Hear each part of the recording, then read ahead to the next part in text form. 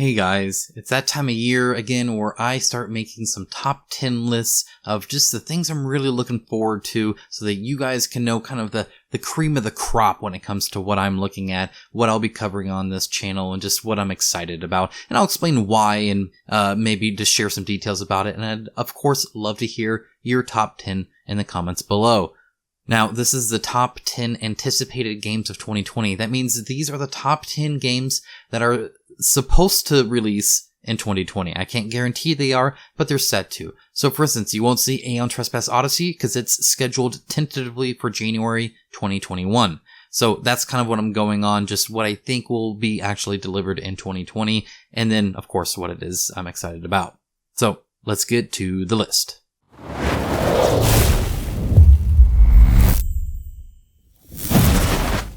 No runners up here. I'm staying true to the 10 here. So number 10, Super Fantasy Brawl. Super Fantasy Brawl has some amazing looking miniatures. They're really, like the art style is really thick and stocky, and it means that all that crisp detail is able to be captured in the miniatures just because of the art style. And it's a lot of bright colors, and it's a competitive game, which means I will probably end up playing it with my wife a lot. And so it'll get a lot of playtime. I really love miniature combat with cards. So anytime I can play with cards and also have miniatures, I'm typically pretty happy about that. Obviously I love dice, but I really like kind of the card system there. And of course it's like in an arena, and so you got like the crowd surrounding you in this cool like 3D board and all that kind of stuff. It just looks like a really fun game, and it has really pretty art. It was also like, it's got some great looking like game trays styled like vacuum trays for the miniatures and whatnot. It looks like a premium product, and so I always enjoy just interacting with a premium product. These board games are inherently physical things that I have to touch and feel and look at, and so for them to look great, for them to be high quality, and then also have a fun game attached, it makes it pretty easily onto that top 10. Number 9, Reichbusters, Project Vril. Well, look at that. Mythic Games has 2 games on my top 10 that I'm looking forward to. That should say something about just kind of how well they're running their campaigns, how good their games look. Expect to see maybe something from them in my next top 10 of anticipated Kickstarters of 2020. Hint, hint, nudge, nudge, wink, wink. Anyway, Reichbusters, what I'm excited about this actual whole concept is kind of the duality of the game. So you start out the game and it's like Metal Gear Solid in my mind. It's like this kind of covert espionage action sort of game where, maybe you're silently taking out a few guards or just trying to slip past some to get some documents in this like place where they're patrolling around and all that kind of stuff. You're trying to do your objective and do it as stealthily as possible. But invariably the alarms are raised, and then you just have to like fight your way out of it. And just that concept of sneaking into a secure area and then having to fight your way out of that secure area fundamentally excites me. That's just a very cool theme. It's something that I think is unique to this game. I have nothing else like that, where it's like 2 different games in one, and that style thing, right? I mean, I got some games that have like different mechanics, but this is the same game, just with kind of this duality and theme and presence and sense of urgency and all that kind of stuff. So I'm really excited to kind of play that. Obviously, the miniatures look cool. The kind of Wolfenstein-like look at it is really, really cool looking. I like the aesthetic and the theme and the setting and all that. So just overall really excited for this game.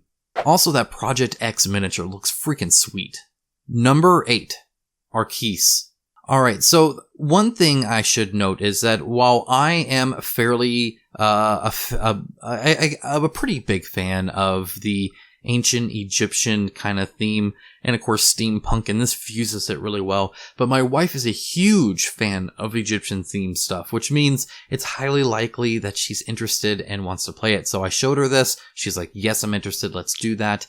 What I like about this is, first of all, the 3D board. I really dig this kind of push towards more more table presence, more immersion, and without costing us an arm and a leg or being, inconvenient or something like that.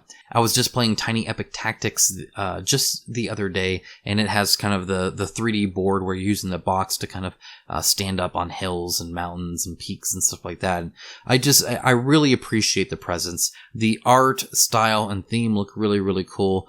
And I like that it's kind of like a legacy game, but they made it non-destructive, which is nice. You got kind of like a camp upgrade system, but otherwise you're going into the tombs and, searching for stuff. And it looks like a lot of fun and, something that I'm looking forward to playing, a lot. Number 7. Madara, Unintentional Malum, Act 1. Okay, so it's new to me, alright? I get that they already released this, but it's coming out again in 2020, but just Act 1, Act 2, and Act 3, again, they fall into that 2021, but this is my top 10 list, not yours. Yours should be down below where I can read it and discuss. I'd especially love to know why you think, each piece, why is it on your top 10 and why is it where it is in the top 10? For me, again, I really dig the anime style of it all. I like the story heavy look of it. I love the idea of their kind of character creator kind of thing where you can use all these different weapons and skills and just kind of make the character your own and be whoever you want to be. That sounds like a lot of fun, so I really dig that. I love the bright colors, so really looking forward to getting Act 1. So that's why it's my number 7. Number 6. Etherfields. Well, Awaken Realms knows how to make a big, really exciting Kickstarter. We all know that. They are like professionals when it comes to doing that. They know how to generate some buzz. The Etherfields, what I like about it is just how expansive it can be. When you're going around and dealing with dreams can be anything. They can be different themes. It can be different styles. It can be different settings. And I really like the kind of slow uncovering of the dream as you're trying to figure it out and you're navigating your way through there. I think the traversal system on there looks really, really cool. So definitely looking forward to that one. That is Etherfields. And of course, the miniatures look really nice too. Number 5. Bloodborne, the board game. Well, what can I say? I love the video game, so the IP is obviously of interest to me. Now, while I think the miniatures here look fairly static, they kind of go with what Kamon's been doing with like Trudvang and stuff like that. They've been making very static miniatures lately. I don't know why. It's whatever. Like, I think Death May Die literally had a guy in a T-pose pretty much with fire. So they're not doing super exciting miniatures design-wise, sculpt-wise. They're not super dynamic, but they are really unique. I always, if I were to describe the Bloodborne kind of theme or look, I would say Cthulhu, but replace all the tentacles with hair. And I think that's pretty close. Everything's very scraggly, hairy, dark.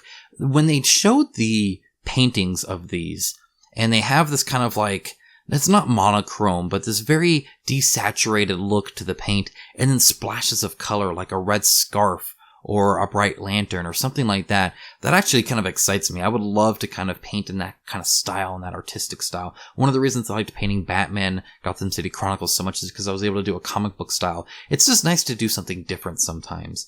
Additionally, I think the game looks like it really does capture the actual video game mechanics, but it looks like it still makes it fun. So the translation ended up really well.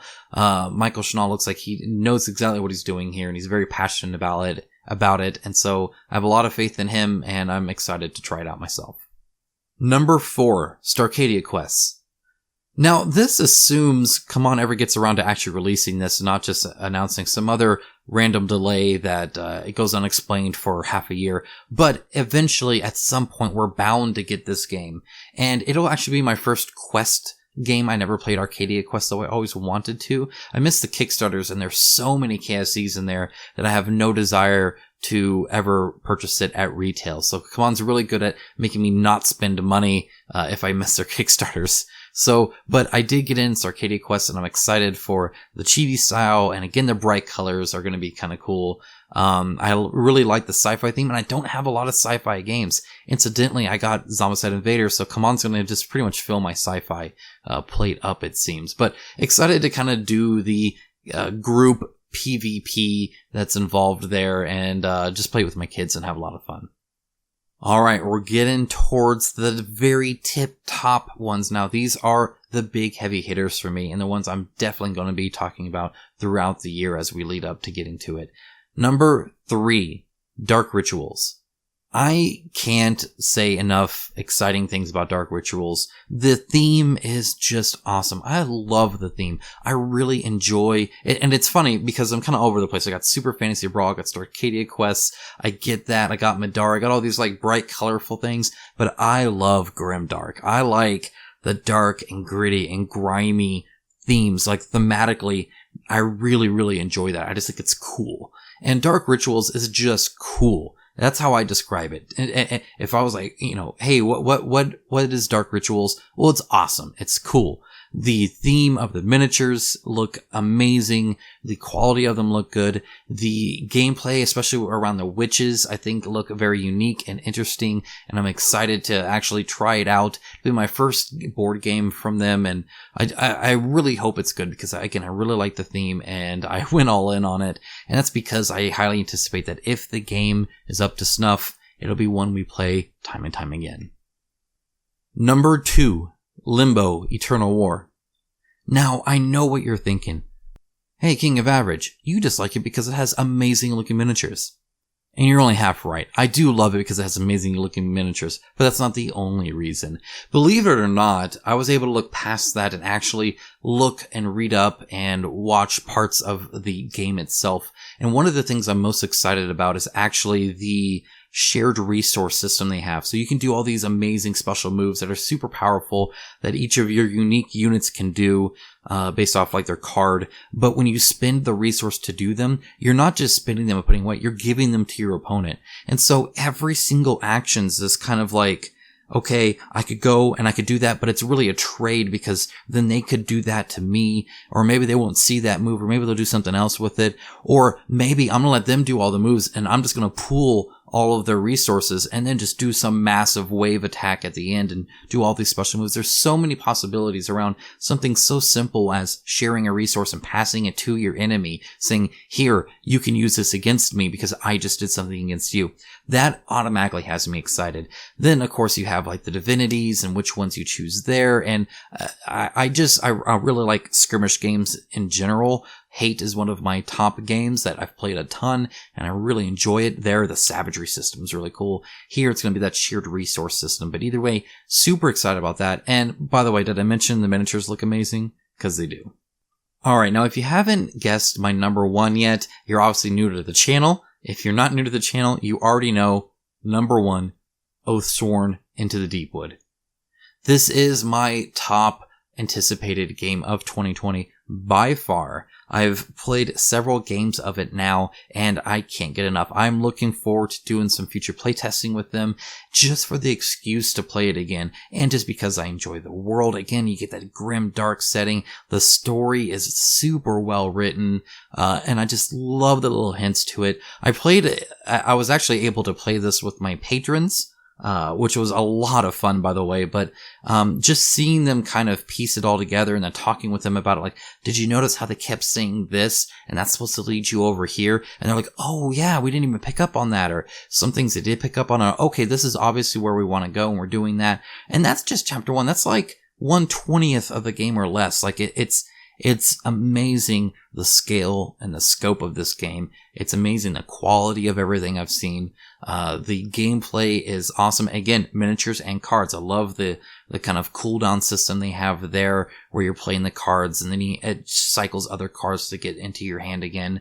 Just all around an awesome game. It also has a trade-in thing, right? Where you can trade in your offensive cards as a defense. So you're like, hey, I'm trading in future offense for defense now. And anytime you're doing that trade thing, it's just so good. So good. So definitely looking forward to Oathsworn Into the Deepwood. It's gonna be amazing. Alright guys, well that's it. That's my top 10 anticipated games of 2020. Next week, I'm going to be talking about my top 10 anticipated Kickstarters of 2020. I'm looking very forward to really trimming down that list. As you know, I did that huge upcoming 2020 Kickstarters video. This is a super trimmed down version, the top 10, what I'm looking forward to and why. So can't wait to share that with you. Go ahead and list your top 10 below. I'd love to see what you guys think. How many How many do you share with me? And are they around the same order? Am I way off? Are we looking at the same things? Should I be looking at something that you're talking about? I would love to meet you down in the comments below where we can discuss these. I really enjoy doing these. If nothing else, making a top 10 list, even if you don't comment on it, just make one and then realize if I'm going to be backing games, it should be on this list. And if not, I should be willing to trade whatever I'm backing onto this. So if you're going to back 10 Kickstarters next year, you need lists like this. So the top 10 anticipated Kickstarters list would be most useful for that. For this one, again, a lot of these are still late pledgeable, so you can definitely check out late pledges to a lot of these. Just making these lists, I think, keeps you focused and is a very good thing to do. Alright, but I've jabbered on long enough. Guys, thanks so much for watching. I always enjoy talking to you guys.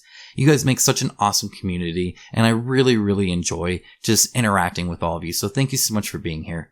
As always, I do, of course, have to give a huge shout out to my patrons who, without them, the quality of these videos, the quantity of these videos, and really just me being able to do this independently in the way that I do would not be possible. So thank you so much to all of them for helping support my honest take on all of these games where I'm free to speak my mind and just share my passion with you guys. I couldn't ask for anything more. So with that, thanks again so much for watching, and I'll talk to you soon.